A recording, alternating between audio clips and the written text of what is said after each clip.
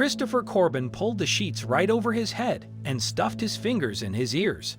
He thought that if he couldn't see or hear the monster, it couldn't get him, or at least he hoped so.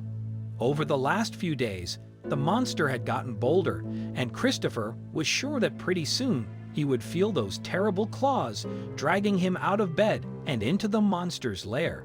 Then he'd be lost forever, and his mom wouldn't be able to find him.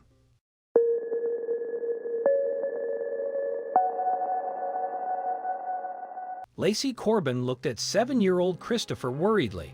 Her usually boisterous and talkative son was very quiet, and picking at the cereals he usually wolfed down for breakfast.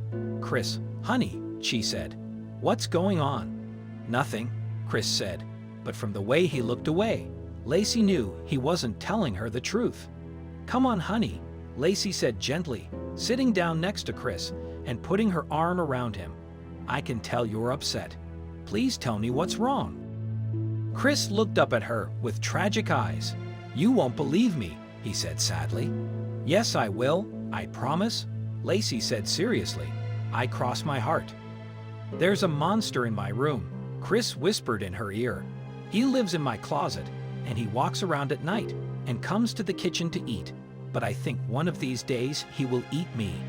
Lacey's first reaction was to laugh, but she saw the dark shadows under her son's frightened eyes. It might be only fantasy, but it was real to Chris. "Oak, honey," Lacey said. "I'll put in a night light to frighten the monster." Chris looked happier. "You think that will work?" he asked. "Yes, of course," Lacey said. "Closet monsters melt in the light. You'll see." But the next morning, Chris was as frightened as ever. "Mom, I nearly saw him," Chris cried. "I saw his shadow through the sheets because of the night light. He didn't melt, Mom." "Listen, Chris," Lacey said. "I'm going to catch your monster. Remember that nanny cam Mom got when you were little? The one that looks like a teddy bear?" asked Chris. "Yes," Lacey said. "I'm going to put it in your bedroom tonight, and if anything moves in there, it will film it. We'll catch the monster in the act." Of course, Lacey didn't expect the camera to catch anything, least of all a monster. She just wanted to set her son's mind at ease. The next morning, she sat down to breakfast with Chris and uploaded the cam video. Her mouth fell open. In the black and white video showing Chris' room, the closet door swung open and a smaller figure scuttled out. There was something hiding in Chris' closet. Lacey jumped up and ran upstairs. She opened the closet door and pushed the toy boxes aside. Right in the back, curled up into a ball, was a little boy about Chris' age. He started crying when he saw Lacey, and she gently drew him out. "Hello," she said. "I'm Lacey. Who are you?" "I'm Victor," the boy said in a tremulous voice. "Hey there, Victor," Lacey said. "How about you come down and have breakfast with us? Christopher thought you were the closet monster." Chris was stunned when he saw his mother bring a little boy downstairs, but he was very relieved to discover that Victor wasn't a monster and didn't want to eat him.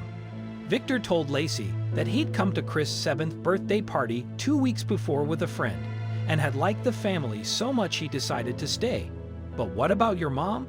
Lacey asked. "Won't she be worried?" Victor shook his head. "No," he answered. "My mom is dead.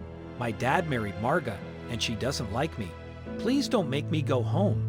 But of course, Lacey was forced to take Victor home. She knew immediately that he was telling the truth when she saw the way his stepmother yanked him inside by the arm. "Stupid boy," she screamed. "No dinner for you."